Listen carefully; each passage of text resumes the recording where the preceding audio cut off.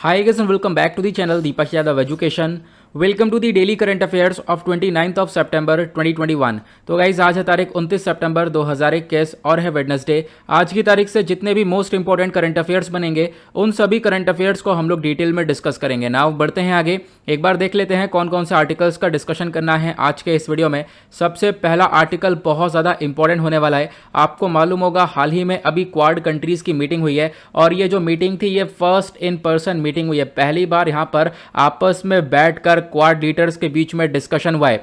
तो इस मीटिंग के अंदर क्या क्या डिस्कशन किया गया, क्या क्या टॉपिक्स के ऊपर चर्चा हुई है, ये हम लोग इस टॉपिक को एनालाइज करेंगे। बहुत इंपॉर्टेंट टॉपिक होने वाला है इंटरनेशनल रिलेशंस जीएस पेपर 2 के पर्सपेक्टिव से। उसके बाद मैं आपको बता दूं ये जो डेली करंट अफेयर का वीडियो है ये डेली मॉर्निंग में 5 बजे अपलोड हो जाता है और यहाँ पर हम लोग बहुत सारे आर्टिकल डिस्कस करते हैं जो कि यूपीएससी और स्टेट पीएससी के पॉइंट ऑफ व्यू से बहुत ज़्यादा इंपॉर्टेंट होते हैं।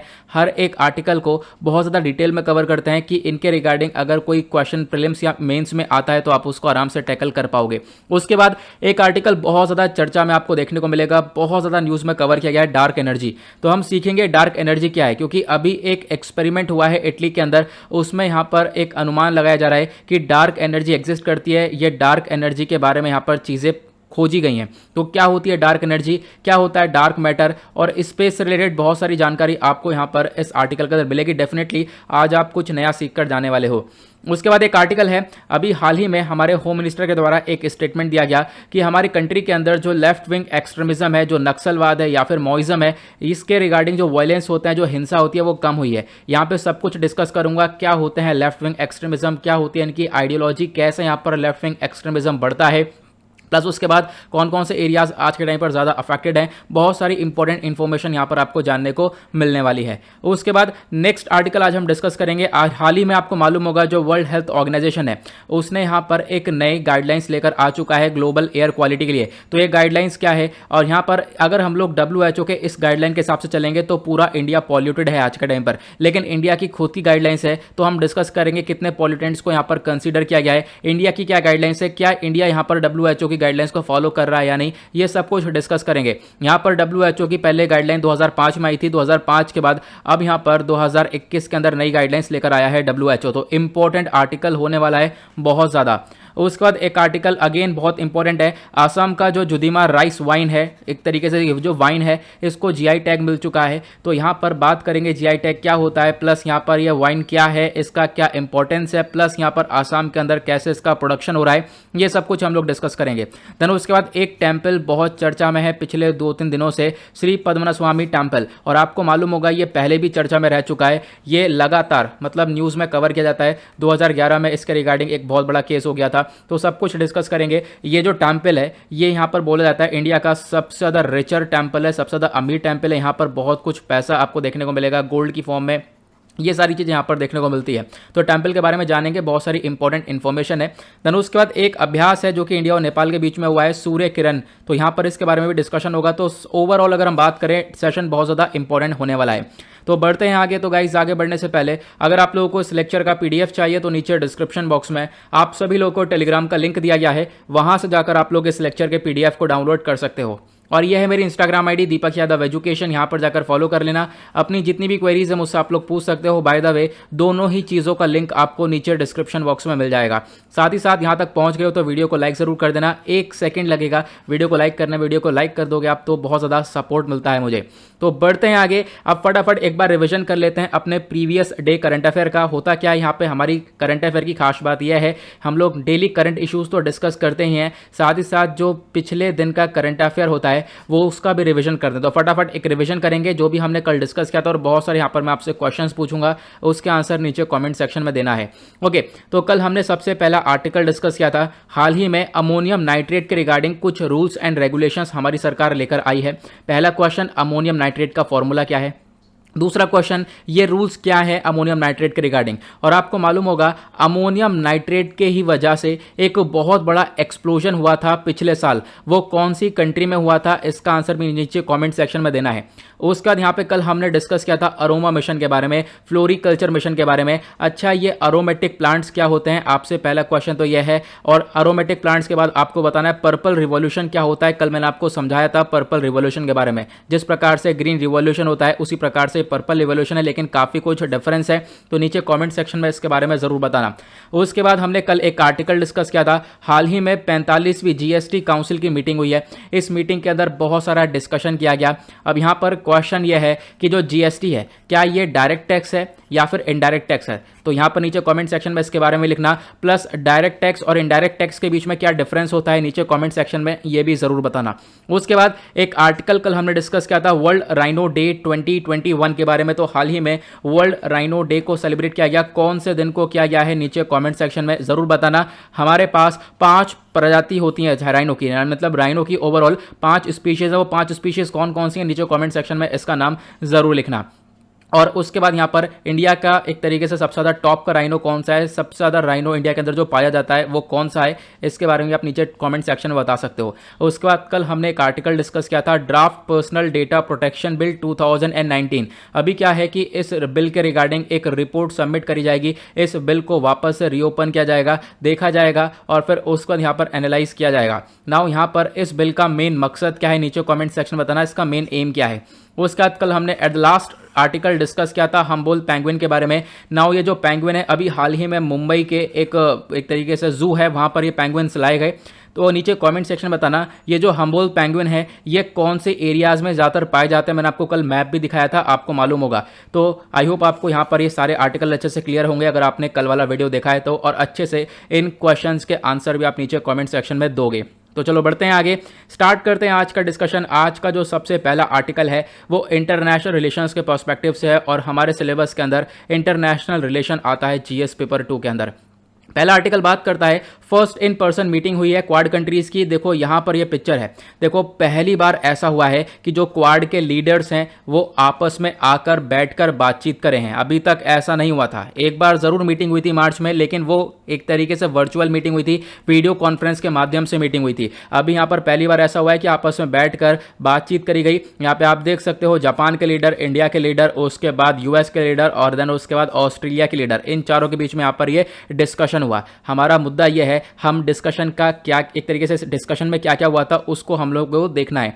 आर्टिकल इंडियन एक्सप्रेस से लिया गया, यहाँ पे आप देख पा रहे होंगे हर एक आर्टिकल कहाँ से लिया गया, मैं आप लोग को सारे सोर्सेस यहाँ पर दिखाता रहूंगा। ओके नाउ यहाँ पे आप लोग देख सकते हो फर्स्ट इन पर्सन मीटिंग हुई है, ये सब हमने डिस्कस कर लिया है, क्यों है न्यूज़ में सब कुछ देख लिया है। अब पहला क्वेश्चन, ये क्वाड एग्जैक्टली क्या है, तो एक छोटा सा एक आपको आइडिया देता हूँ, वैसे कि सभी लोगों को मालूम होगा इसके बारे में, लेकिन फिर मैं आपको बता देता हूँ। क्वाड के अंदर 4 कंट्रीज है, कौन कौन सी हैं, एक है इंडिया, दूसरा ऑस्ट्रेलिया, तीसरा जापान और चौथा यूएस। ठीक है, तो ये 4 कंट्रीज आप लोग यहाँ पर मैप में देख पा रहे होंगे। इंडिया यहाँ पर है, ऑस्ट्रेलिया यहाँ पर है, यूएस यहाँ पर है, जापान यहाँ पर है। तो ये एक तरीके से 4 कंट्रीज है, इस वजह से यहाँ पर ये क्वाड्रिलेटरल शेप बना रहा है, इस वजह से इसको क्वाड बोला जाता है। ठीक है, और इसकी फुल फॉर्म है क्वाड्रिलेटरल सिक्योरिटी डायलॉग। तो यहाँ पर ये क्वाड की शेप बना रहा है, इस वजह से इसको हम लोग बोलते हैं क्वाड। ओके, अब इसका बैकग्राउंड देखें, इसकी शुरुआत कब से होती है। देखो शुरुआत बहुत पहले से यहाँ पर देखने को मिलती है। मतलब कि जो जापान के प्राइम मिनिस्टर थे शिंजो एबे साहब, यहाँ पर इस क्वाड की कॉन्सेप्ट रखते हैं, क्वाड की शुरुआत करते हैं ये। उसके बाद देखो क्वाड का कॉन्सेप्ट भी अच्छे से इंप्लीमेंट नहीं होता है, धीरे धीरे आगे बढ़ते बढ़ते यहाँ पर ये क्वाड का कॉन्सेप्ट को इंप्लीमेंट करते हैं। यहाँ पर क्वाड का मेन फोकस क्या था, मेन फोकस था जो ये इंडो पैसिफिक वाला रीजन है, यहाँ पर इंडियन ओशन, यहाँ पर पैसिफिक ओशन, इस वाले रीजन के ऊपर यहाँ पर पीस और सिक्योरिटी को मेंटेन करना, क्योंकि इस रीजन के अंदर चाइना का एग्रेशन देखने को मिलता है, उसको कम करना प्लस शांति बना के रखना। तो ये मेन फोकस था क्वाड कंट्रीज का। उसके बाद क्वाड कंट्रीज जितनी भी है, ये जो 4 कंट्रीज है, इनके बीच में एक एक्सरसाइज होती है, आपको मालूम होगा बहुत पॉपुलर एक्सरसाइज है मालाबार नेवल एक्सरसाइज। तो ये अभ्यास जो कि होता है, हाल ही में ये अभ्यास भी हुआ था जहां पर चारों कंट्रीज ने पार्टिसिपेट भी किया था। उसके बाद क्वाड कंट्रीज के बीच में अभी मार्च 2021 में एक वर्चुअली मीटिंग हुई है, जैसे मैंने आपको बताया था, वीडियो कॉन्फ्रेंस के माध्यम से यहाँ पर ये मीटिंग हुई थी, तब भी बहुत सारी बातें डिस्कस करी गई थी। और फिर उसके बाद यहाँ पर एक और ग्रुप के बारे में चर्चा हो रही है, हाल ही में एक और ग्रुप बहुत ज़्यादा चर्चा में है, वो है ऑकस। ठीक है, ऑकस भी बिल्कुल क्वाड की तरह है, यहाँ पे आप कह सकते हो ऑकस के अंदर 3 कंट्रीज हैं, ऑस्ट्रेलिया, यूके और यूएस। इसी प्रकार से क्वाड है, दोनों का एक तरीके से मेन मकसद यही है कि इंडो पैसिफिक वाले रीजन को फ्री और ओपन बनाना। ठीक है, तो यहाँ पर ये आई होप आपको समझ में आ गया होगा इसका बैकग्राउंड स्ट्रक्चर। नाउ अब हम लोग बात करेंगे ये जो बेसिकली क्वाड है। अब इस क्वाड की जो मीटिंग हुई इसके अंदर क्या क्या डिस्कशन हुआ। सबसे पहला मुद्दा उठाया गया अफगानिस्तान का। आपको मालूम होगा अफगानिस्तान के अंदर जो क्राइसिस है उसके बारे में, तालिबान ने टेक ओवर किया, सरकार बदल गई, तालिबान ने कंट्रोल ओवर कर लिया, तालिबान की सरकार है आज के टाइम पर, तालिबान का जो भी कैबिनेट है वो आ चुका है, सब अच्छी तरीके से तालिबान यहाँ पे कंट्रोल कर रहा है। तालिबान का इशू, अफगानिस्तान का इशू यहाँ पर डिस्कस किया गया। उसके बाद यहाँ पर सबसे मेजर हाईलाइट यहाँ पर देखने को मिलेगा क्वाड वैक्सीन इनिशिएटिव। इस इनिशिएटिव के अंदर क्वाड कंट्रीज ने प्लेज ले लिया है, क्वाड कंट्रीज ने बोला है ये लोग लगभग 1.2 बिलियन 120 करोड़ के आसपास जो कोविड-19 वैक्सीन है वो यहाँ पर ये देने वाले हैं, ठीक है। उसके बाद यहाँ पर बोला देखो दूसरी कंट्रीज को ये प्रोवाइड करवाएंगे वैक्सीन, ये क्वाड कंट्रीज मिलकर, पहला हाईलाइट यह है। दूसरा यहां पर इन कंट्रीज ने मिलकर फोकस रखा है building back better health security करके। यहां पर क्या होगा, जो कि बहुत सारी डिजीज होती हैं जैसे कि इन्फ्लुएंजा हो गया, ठीक है, इन्फ्लुएंजा सर्विलेंस सिस्टम को आगे एक्सपेंड करेंगे, जैसे कि यहां पर इन बीमारियों को अच्छे से इनके ऊपर निगरानी रखी जा सके, निगरानी रखने के बाद इन वायरल्स को अच्छे से खत्म किया जा सके इनके रिस्पॉन्स में। तो उसके लिए यहां पर ये 4 कंट्रीज मिलकर काम करेंगी, मतलब कि पहला वैक्सीन को लेकर काम करेंगी, दूसरा हेल्थ को लेकर काम करेंगी, तीसरा बहुत important point quad infrastructure coordination group को लेकर यहां पे वर्क करने वाले हैं। मतलब क्या है, मतलब यह है, यहां पे मैं आपको थोड़ा सा क्लियर करके समझाता हूं।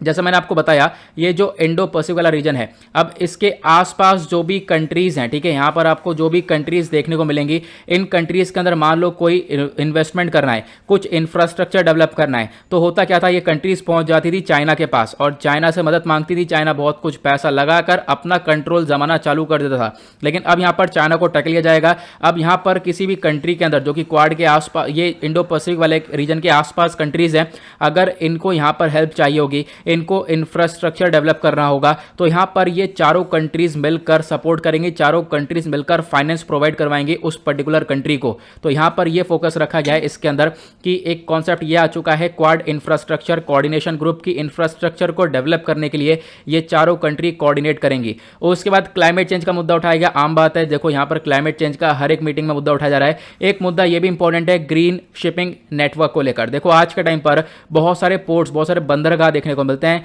और यहां से शिप वगैरह निकलते हैं, तो लगभग चारों कंट्रीज के 4 बंदरगाह लिए गए और यहां पे बोला गया कि ग्रीन पोर्ट इंफ्रास्ट्रक्चर को डेवलप किया जाएगा, यानी कि एक तरीके से जो पोल्यूशन है उसको कम से कम किया जाएगा, ये मेन फोकस रखा गया। उसके बाद जो क्लीन हाइड्रोजन पार्टनरशिप है उसको मेंटेन करने वाले हैं, हाइड्रोजन को ज़्यादा, क्योंकि यहां पर आप कह सकते हो हाइड्रोजन के रिगार्डिंग ये ज़्यादातर इसको डेवलप करने वाले हैं, ये यहां पर इनका मेन फोकस रखा गया। फिर उसके बाद अगेन यहां पर क्लाइमेट चेंज को लेकर बातचीत करी गई, आपको मालूम है, और आने वाले टाइम पर एक और मीटिंग होने वाली है ग्लासगो के अंदर नवंबर में क्लाइमेट चेंज को लेकर, तो यहां पर उसके बारे में भी चर्चा होगी। उसके बाद एक इंपॉर्टेंट एक पॉइंट ये है, देखो ये तो आम पॉइंट है जिसके ऊपर चर्चा होती रहती है, एक पॉइंट ये है जो कि इंपॉर्टेंट है और यूनिक पॉइंट है। क्वाड ने मिलकर डिस्कशन किया है क्वाड फेलोशिप के बारे में। क्वाड फेलोशिप क्या है, तो यहां पर ये लोग लगभग 100 बच्चों को स्पॉन्सर करेंगे, क्योंकि यहां पर 4 कंट्रीज है तो हर एक कंट्री में से 25-25 बच्चे लिए जाएंगे और इन 25 स्टूडेंट्स को लेकर क्या किया जाएगा, यूएस की यहां पर एक तरीके से यूएस की एक यूनिवर्सिटी में पढ़ाया जाएगा उनको, और यूएस की यूनिवर्सिटी में पढ़ाने के बाद उनको एक तरीके से कहा जाएगा कि वो फोकस करें स्टेम के ऊपर, साइंस, टेक्नोलॉजी, इंजीनियरिंग और मैथमेटिक्स के ऊपर। तो स्टेम के ऊपर फोकस करने के ऊपर पूरा ध्यान रखा गया है कि इन बच्चे को लेकर यहां पर एक फेलोशिप प्रोवाइड किया जाएगा। चारों कंट्री से 25-25-25 यहां पर निकल कर आने वाले हैं ये स्टूडेंट्स। ओके, तो ये क्वाड फेलोशिप का कॉन्सेप्ट नया है। उसके बाद ये कॉन्सेप्ट भी पुराना है, यहां पर देखो 5G टेक्नोलॉजी को लेकर ये पहले ही काम कर रहे हैं, ये कॉन्सेप्ट पुराना है लेकिन ये नया आ चुका है एक और फिर से। ये नया क्या है कि साइबर सिक्योरिटी को लेकर ये चारों कंट्रीज मिलकर काम करेंगी, साइबर सिक्योरिटी के ऊपर ध्यान रखेंगी। देखो साइबर अटैक हाल ही में बहुत सारे देखने को मिले, चाइना की तरफ से साइबर अटैक करे गए, तो उस अटैक को टैकल करने के लिए यहां पर ये कंट्री साथ में आ चुकी हैं अब। उसके बाद यहाँ पर ये भी एक यूनिक पॉइंट है। यूनिक पॉइंट क्यों है, क्योंकि यहाँ पर चारों कंट्रीज मिलकर सैटेलाइट का जो डेटा है वो शेयर करने वाली हैं। अब यहाँ पर सैटेलाइट का डेटा शेयर किया जाएगा, प्लस और भी बहुत सारे एक तरीके से डेवलपमेंट की तरफ ये लोग बढ़ेंगे, ठीक है। जो भी रिस्क होगा क्लाइमेट चेंज का या और भी बहुत सारी चीज़ें होंगी, उसका जो एनालिसिस होगा सैटेलाइट का, वो सब यहाँ पर चारों कंट्रीज अब शेयर करेंगी। तो ये भी एक मेन फोकस रखा गया है, ये भी एक यूनिक पॉइंट है। आई होप आपको ये क्लियर हो चुका होगा कि क्या क्या मीटिंग हुई है इस क्वाड के समिट में। देन उसके बाद बढ़ते हैं अगले आर्टिकल की तरफ। अगला आर्टिकल स्पेस एंड टेक्नोलॉजी या फिर आप कह सकते हो साइंस एंड टेक के पर्सपेक्टिव से इंपॉर्टेंट है, और साइंस एंड टेक आता है जीएस पेपर 3 के अंदर। बात की गई है डार्क एनर्जी के बारे में। देखो डार्क एनर्जी क्या है, यहाँ पे हम लोग सीखने वाले हैं। इंडियन एक्सप्रेस का ये आर्टिकल आपको देखने को मिल जाएगा, ठीक है। तो न्यूज़ में क्यों है, क्योंकि हाल ही में क्या हुआ है, एक रिसर्चर की टीम है, उन्होंने पहली बार डार्क एनर्जी को डिटेक्ट कर लिया है। देखो मैं आपको पहले बता दूं, डार्क एनर्जी के बारे में अभी भी जो इन्फॉर्मेशन है वो बिल्कुल जीरो है, कुछ भी नहीं मालूम मालूम है हमें डार्क एनर्जी के बारे में? जो भी छोटी मोटी इन्फॉर्मेशन पब्लिश की गई है मैं आपको समझाऊंगा कि हाँ डार्क एनर्जी एग्जैक्टली किसको माना जा रहा है। तो एक एक्सपेरिमेंट हुआ है और रिसर्चर्स ने एक्सपेरिमेंट किया, डार्क एनर्जी का पता लगाया, डार्क एनर्जी को डिटेक्ट किया। क्वेश्चन ये है ये एक्सपेरिमेंट का नाम क्या है? तो एक्सपेरिमेंट का नाम है ज़ीनॉन 1T। क्वेश्चन पूछा जा सकता है आपसे एग्जाम में। ज़ीनॉन 1T एक एक्सपेरिमेंट है जिसने डार्क एनर्जी को डिटेक्ट किया है। दूसरा क्वेश्चन ये होगा ये एक्सपेरिमेंट कहाँ पे हुआ है? तो इटली के अंदर ये एक्सपेरिमेंट देखने को मिला है। एक लेबोरेटरी है वहाँ पर और लेबोरेटरी अंडरग्राउंड बनाई गई थी, ज़मीन के अंदर बहुत गड्ढा खोदने के बाद उसके अंदर लेबोरेटरी बनाई गई और फिर उसके बाद यहाँ पर इसके ऊपर एक्सपेरिमेंट किया गया। अब यहाँ पर आपको मैं कुछ और इंपॉर्टेंट चीज़ बताता हूँ। आपने यहाँ पर यूनिवर्स तो देखा होगा, ठीक है, पूरा का पूरा जो यूनिवर्स है इसके बारे में सुना भी होगा, बहुत बार आप लोगों ने यहाँ पर मूवीज़ पिक्चर्स यहाँ पर सब में देखा होगा।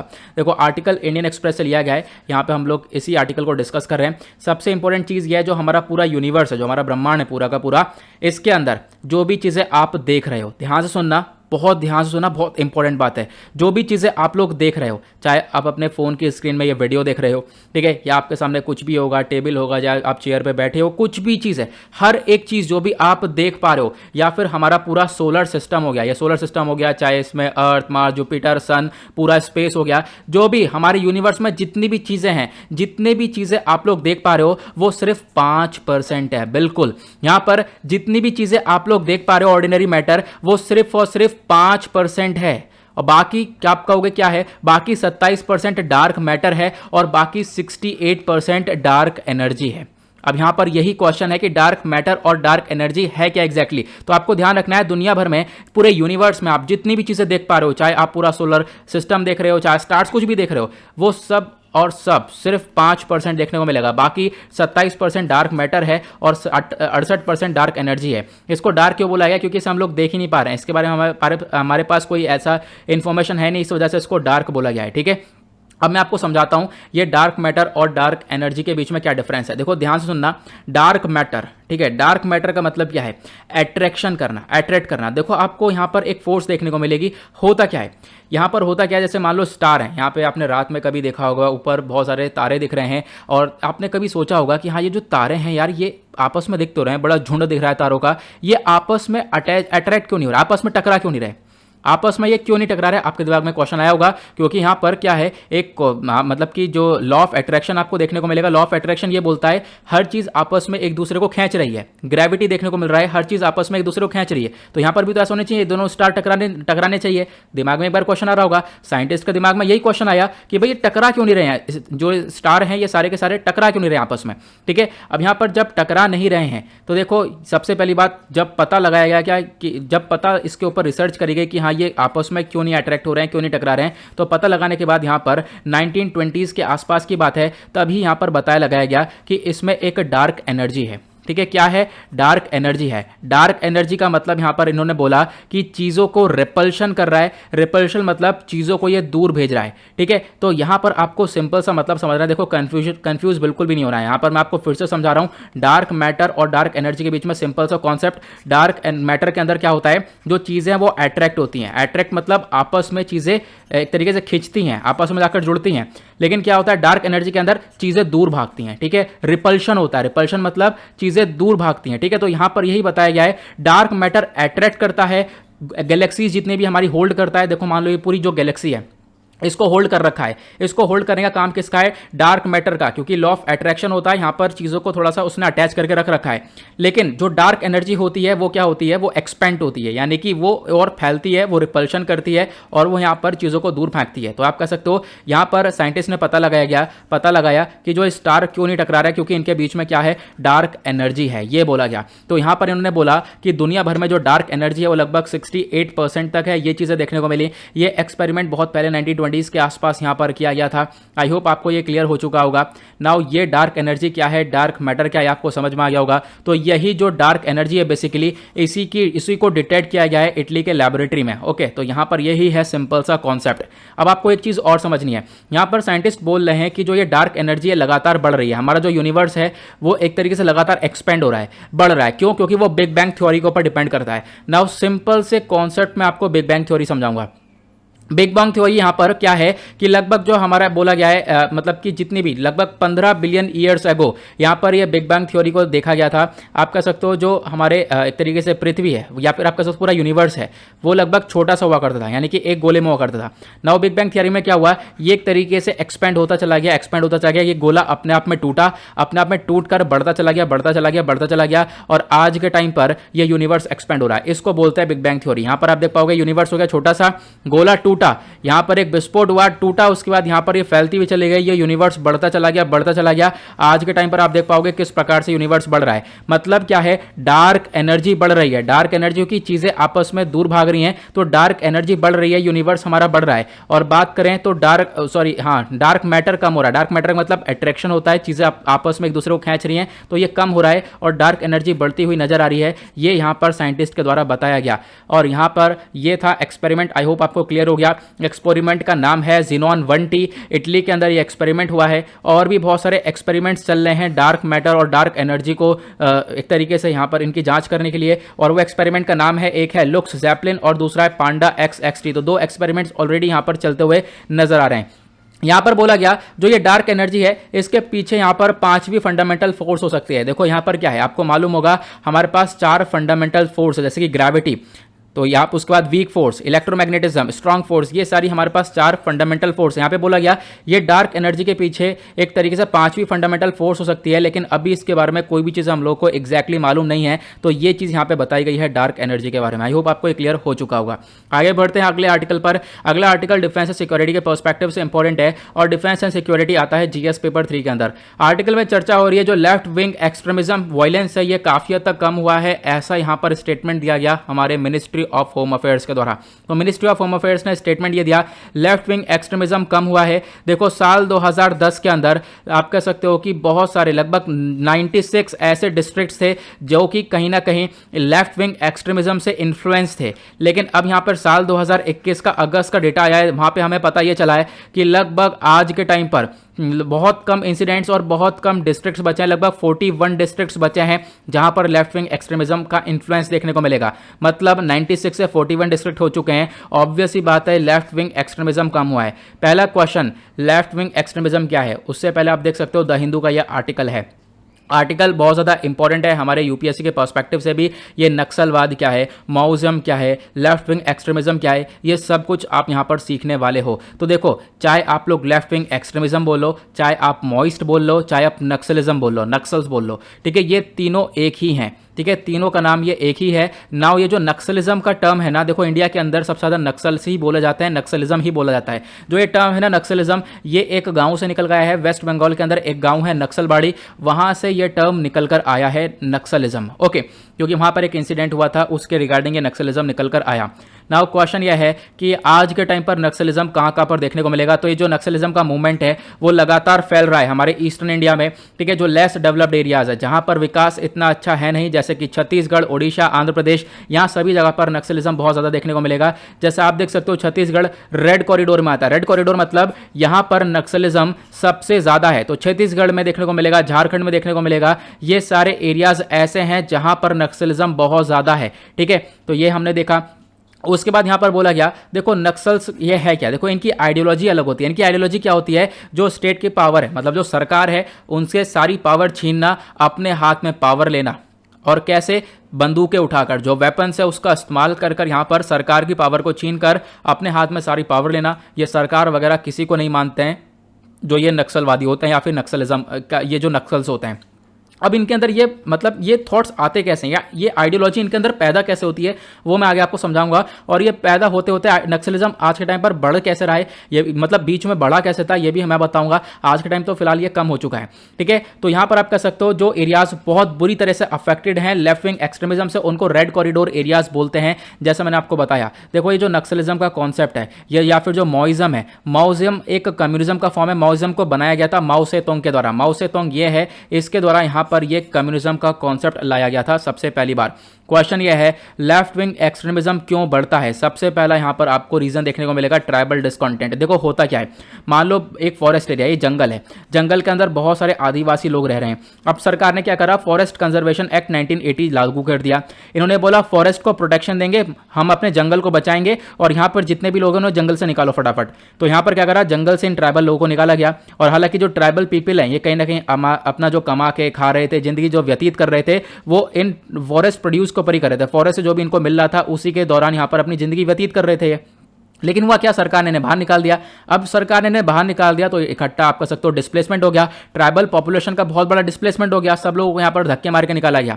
अब क्या होता है, बहुत सारे लोग मॉइस्ट होते हैं, मतलब मॉइस्ट बहुत थोड़े लोग होते हैं, बहुत थोड़े लोग होते हैं जिनके अंदर ये आइडियोलॉजी होती है कि सरकार ऐसी है वैसी है। तो ये लोग क्या करेंगे, इन ग्रुप के पास जाएंगे, ये लोग क्या करेंगे, इस ग्रुप के पास जाएंगे, ये जो एक दो व्यक्ति होंगे इस ग्रुप के पास जाएंगे और इनके अंदर भी यही वाली आइडियोलॉजी डाल देंगे कि सरकार ऐसा कर रही है, तुम्हें यहाँ पर कुछ नहीं दिया, यहाँ से निकाल दिया, तुम्हारा ध्यान नहीं रखा, ये सारी चीज़ें हैं। तो यहाँ पर क्या होगा, ये लोग भी कहीं ना कहीं इस बहुत आराम से टारगेट बन जाता है मॉइस्ट का, ईजी टारगेट होता है मॉइस्ट का। और इसी दौरान ये नक्सलिज्म ऐसा ही बढ़ता रहता है। तो ये यहाँ पर फोकस रखा गया, इसी प्रकार से नक्सलिज्म इंक्रीज होता है। ठीक है, और रीजन ये भी है कि आज के टाइम पर जो सोशो इकोनॉमिक सिस्टम है उसके अंदर बहुत बड़ा गैप आपको देखने को मिल जाएगा। सरकार बहुत सारी जो इंफ्रास्ट्रक्चर है वो यहाँ पर नहीं बना पा रही है। देखो होता क्या है, इन लोगों के अंदर ये भी भावना होती है कि हमारा गांव है, हम लोग बहुत अंदर वाले एरिया में आते हैं, यहाँ पे डेवलपमेंट नहीं हो रहा है, सरकार यहाँ पे रोड्स बेकार हैं, इंफ्रास्ट्रक्चर प्रॉब्लम्स यहाँ पर देखने को मिल रही है, सरकार कुछ कर नहीं रही है। इस वजह से ये लोग सरकार के बिल्कुल खिलाफ हो जाते हैं, स्टेट की पावर को अपने हाथ में लेना चाहते हैं। ठीक है, तो यहाँ पर ये लोग होते हैं नक्सलिज्म या नक्सल्स या फिर मॉइस्ट या फिर लेफ्ट विंग एक्सट्रीमिज्म।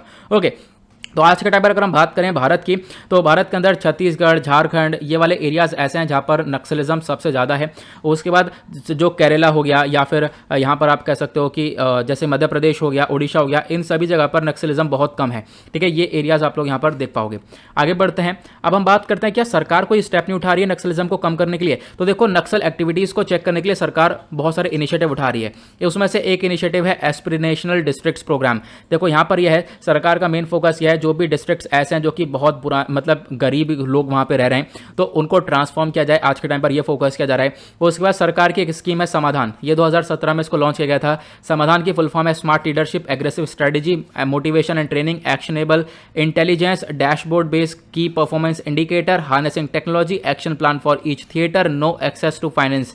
तो यहाँ पर ये आप कह सकते हो जो ये समाधान है, यहाँ पर एक यहाँ पर सरकार का इनिशिएटिव है समाधान। इसके रिगार्डिंग यहाँ पर ये लोग कहीं ना कहीं इस लेफ्ट विंग एक्सट्रीमिज्म को खत्म करते हुए नजर आ रहे हैं। बोलते हैं ये एक वन स्टॉप सोल्यूशन है लेफ्ट विंग एक्सट्रीमिज्म का। उसके साथ साथ सरकार का एक और इनिशिएटिव है ग्रे हाउंड करके। ग्रे हाउंड यहाँ पर एक तरीके से एंटी नक्सल फोर्स है, यानी नक्सल को खत्म करने के लिए, नक्सलवादियों को खत्म करने के लिए यहाँ पर ये फोर्स बनाई गई है। इसको रेज किया गया था 1989 में। उसके बाद एक ऑपरेशन ग्रीन हंट भी चलाया गया था। ऑपरेशन ग्रीन हंट को शुरू किया गया था 2009-10 के बीच में। यहाँ पर भी बहुत सारी सिक्योरिटी फोर्सेस को डिप्लॉय किया गया, बहुत सारी सिक्योरिटी फोर्सेस को फैला दिया गया नक्सल अफेक्टेड एरियाज में कि जो नक्सलिज्म है ये कहीं ना कहीं उसको खत्म कर सके। तो आई होप आपको इस समझ में आ गया होगा।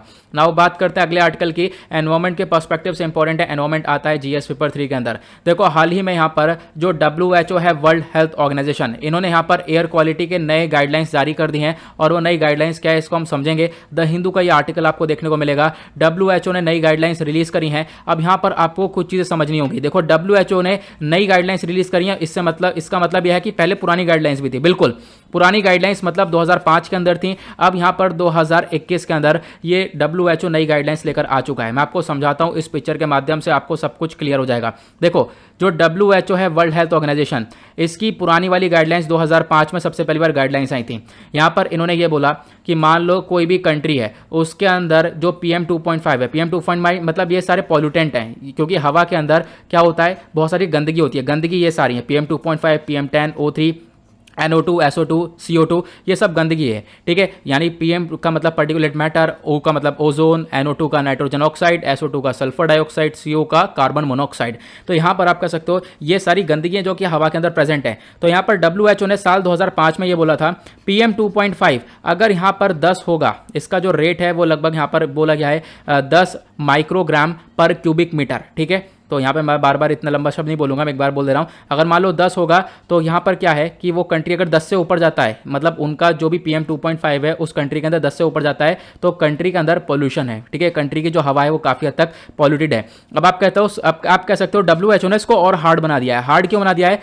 यहाँ पर WHO ने बोला इसका लेवल नीचे कर कर कि अब यहाँ पर ये 5 कर दिया गया है, ये 5 माइक्रोग्राम पर क्यूबिक मीटर है। अगर यहाँ पर 5 से ज़्यादा यहाँ पर होगा तो ये एक तरीके से आपके यहाँ पर एयर पोल्यूशन बहुत ज़्यादा है। इंडिया ने बोला कि भाई ये तो बहुत कम है। अगर यहाँ पर आप इसके अकॉर्डिंग देखोगे तो पूरी दुनिया आज के टाइम पर पोल्यूशन में, पूरी दुनिया के अंदर एयर पोल्यूशन है। तो यहाँ पर WHO ने इन गाइडलाइंस को और हार्ड बना दिया है। PM10 पहले हुआ करता 2005 में 20, इसको यहाँ पर 15 कर दिया गया है। सॉरी, यहाँ पर PM 2.5 यहाँ पर आप कह सकते हो, यहाँ पर आप कह सकते हो कि हाँ 20, इसका लेवल घटा के 15 कर दिया गया है। और ये जो ओजोन है इसका लेवल था 100, यहाँ पर उसको भी यहाँ पर 100 रहने दिया है। उसका यहाँ पर जो नाइट्रोजन डाइऑक्साइड है, जैसे कि इसका जो लेवल था पहले 40, इसका 10 कर दिया गया, मतलब कि लेवल घटा दिया गया है। इन रूल्स को और हार्ड बना दिया गया है, ठीक है। पहले तो यहाँ पर काफ़ी छूट भी थी, लेकिन अब इसको हार्ड बना दिया गया है। इंडिया ने बोला देखो हम लोग इसको नहीं सुनेंगे। और सबसे बड़ी बात देखो, यहाँ पर कोई भी ऐसा बाइंडिंग कुछ भी चीज़ नहीं है, मतलब ऐसा नहीं है कि कोई कंट्री अगर नहीं फॉलो करेगा इसको तो उस कंट्री के ऊपर कोई पनिशमेंट मिल जाएगा, कोई सैंक्शन लग जाएंगे, ऐसा कुछ भी नहीं है। मर्जी है फॉलो करो, नहीं मर्जी है मत फॉलो करो। तो इंडिया का खुद का एक बॉडी है, वो है national ambient air quality standard, NAAQS इसको हम लोग बोलते हैं। इंडिया ने अपना खुद का सेट कर रखा है। इंडिया ने बोल रखा है कि देखो इंडिया के अंदर जो PM 2.5 है वो एनुअल बेसिस पर 40 होगा, PM10 होगा वो एनुअल बेसिस पर 60 होगा, जो होगा NOT वो 40 होगा। आप यहाँ पर देख सकते हो, आप इसको अगर WHO से कंपेयर करोगे तो बहुत ज़्यादा है। WHO ने PM 2.5 क्या बोला कि यहाँ पर नया वाला 5 है, लेकिन हमने क्या बोला हमारा 40 होगा, ठीक है। तो मतलब हमारा पोल्यूशन बहुत ज़्यादा है। अगर इसके अकॉर्डिंग बात करेंगे तो यहाँ पर पोल्यूशन इतना ज़्यादा कि लोग यहाँ पर रहेंगे ही नहीं। तो ये चीज़ें यहाँ पर देखने को मिली है। तो कुछ गाइडलाइंस है, ज़्यादा कुछ खास नहीं है, लेकिन इन गाइडलाइंस के बारे में आपको डेफिनेटली मालूम होना चाहिए। फिर उसके बाद बोला गया देखो एयर पोल्यूशन से ह्यूमन हेल्थ के ऊपर ऑब्वियस ही बात है बहुत बुरा असर पड़ता है। देखो बहुत सारे लोगों की ना समय से पहले डेथ हो जाती है एयर पोल्यूशन की वजह से, क्योंकि उनके ऑर्गन्स खराब हो जाते हैं, लंग्स जो है यहाँ पर लंग्स की ग्रोथ रुक जाती है। बच्चों को एक तरीके से बहुत बुरा अफेक्ट करता है ये एयर पोल्यूशन। एडल्ट्स के अंदर हार्ट डिजीज, स्ट्रोक वगैरह जैसी चीज़ें देखने को मिलती हैं। अगर हम बात करें भारत के अंदर पोल्यूशन की, तो भारत एक मोस्ट पॉल्यूटेड एरिया है दुनिया भर के अंदर, ऐसा बताया गया। ग्रीन पेस स्टडी पब्लिश हुई थी, इसने बोला कि भारत के अंदर जो पोल्यूशन है वो रिकमेंडेड लेवल से बहुत ज़्यादा हाई है, ठीक है, बहुत ज़्यादा हाई है। मुंबई आप कह सकते हो बहुत ज़्यादा पॉल्यूटेड है।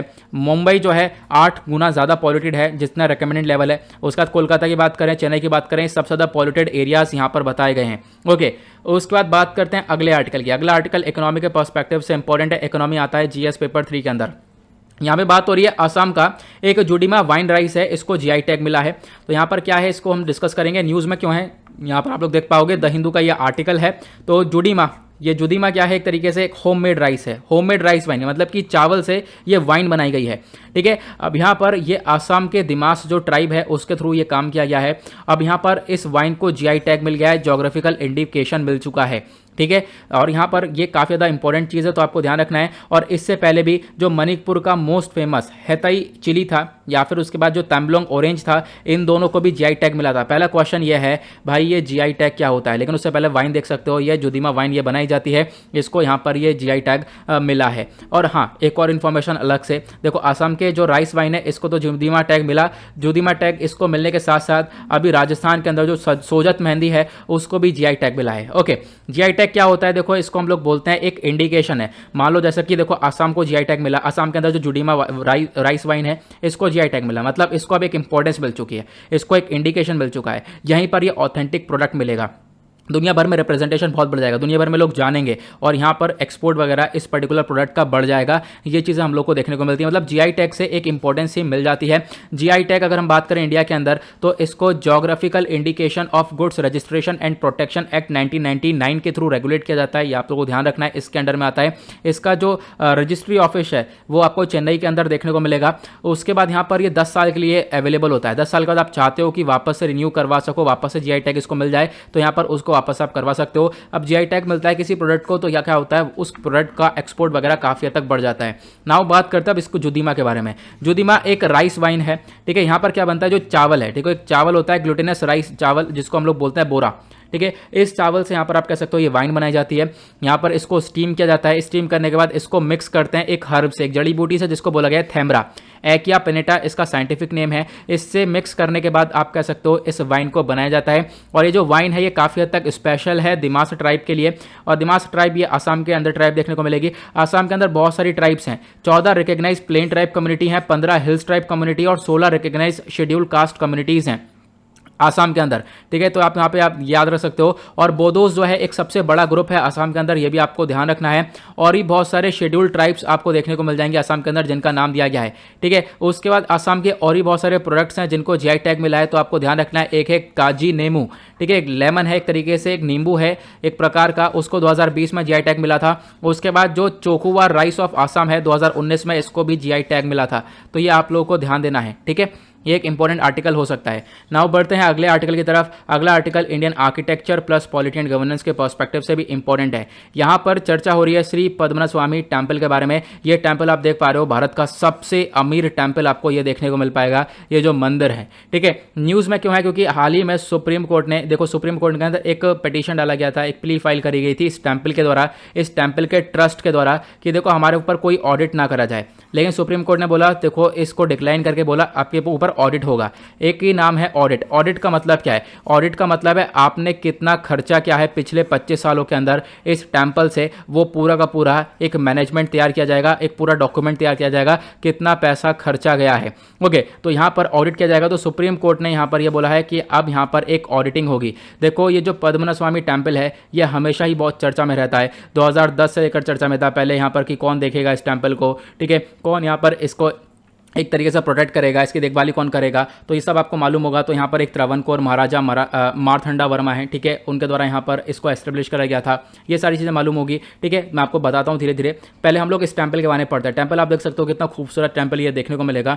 हिस्टोरियंस के अकॉर्डिंग अगर हम बात करें, जो ये टेम्पल है लगभग 8 सेंचुरी पहले बनाया गया था, लेकिन आज के टाइम का जो इसका ये स्ट्रक्चर है, ये वाला जो स्ट्रक्चर है ना, इसको 18वीं सेंचुरी के अंदर बनाया गया था। किसके द्वारा? त्रावणकोर के महाराजा मारथंडा वर्मा के द्वारा यहाँ पर इसको बनाया गया था। नाउ जो ये टेम्पल है ये पहले तो लकड़ी से बना हुआ था, इसको बाद में ग्रेनाइट से बनाया गया है। आज के टाइम पर का जो ये टेम्पल है ये एक तरीके से चेरा स्टाइल ऑफ आर्किटेक्चर में बना है। आपसे क्वेश्चन बन सकता है पद्मनाभस्वामी टेम्पल का स्ट्रक्चर कौन सा है, तो ये चेरा स्टाइल ऑफ आर्किटेक्चर है। एक तरीके से लॉर्ड विष्णु को डेडिकेट किया गया है। लॉर्ड विष्णु जी यहाँ पर एक तरीके से देखने को मिलते हैं, ठीक है, उनको डेडिकेट किया गया है। प्लस दुनिया भर में जो 108 होली टेम्पल है जो कि विष्णु जी को या वैष्णविज्म को डेडिकेट किए जाते हैं, उनसे एसोसिएट हैं, तो उन 108 टेम्पल में से ही यहाँ पर एक पद्मनाभस्वामी टेम्पल ये भी आता है, ठीक है। ये टेम्पल हमेशा चर्चा में रहा है, 2011 में भी चर्चा में था। क्योंकि इसमें से 1 लाख करोड़ रुपए डिस्कवर करे गए थे, 1 लाख करोड़ रुपए निकाले गए थे। आपको मालूम होगा इस टेम्पल के अंदर लगभग 6 तहखाने हैं।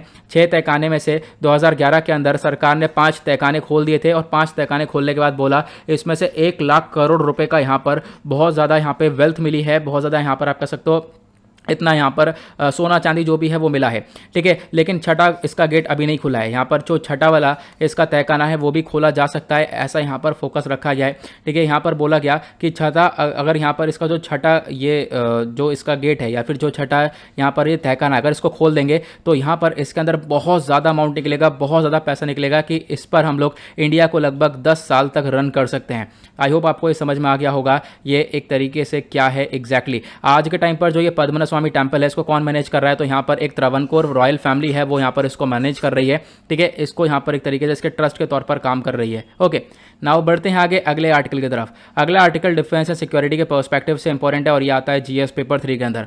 यहाँ पे एक एक्सरसाइज के बारे में चर्चा हो रही है और उस एक्सरसाइज का नाम है सूर्य किरण 15।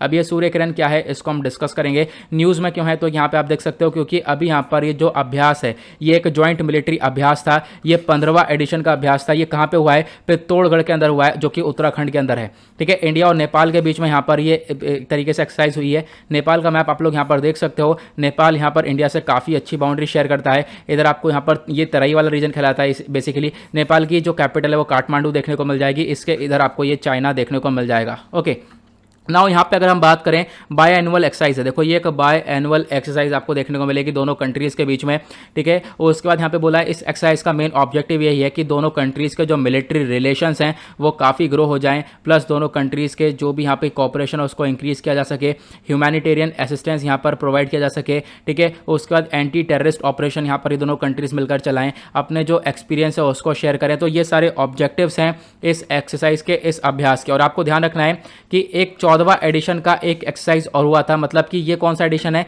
ये 15वां एडिशन है जो कि हुआ है। अभी इसका जो 14वां एडिशन है वो भी हुआ था। 14वां एडिशन कहाँ पे हुआ था, साल 2019 में नेपाल का जो सलझंडी है वहाँ पर ये एडिशन देखने को मिला था। लेकिन जो 15वां एडिशन है कहाँ पे हुआ, ये उत्तराखंड के अंदर पित्तौड़गढ़ वाले एरिया के अंदर देखने को मिला है। आई होप आपको ये भी क्लियर हो चुका होगा। तो सभी आर्टिकल बहुत इंपॉर्टेंट थे एग्जाम पर्सपेक्टिव से। आई होप आपको सब कुछ अच्छे से क्लियर हो चुका है। नाउ इसी के साथ करते हैं लेक्चर को समाप्त। मिलते हैं आप लोगों से नेक्स्ट वीडियो में। आज के लिए bye bye, have a nice day, thank you and Jai Hind.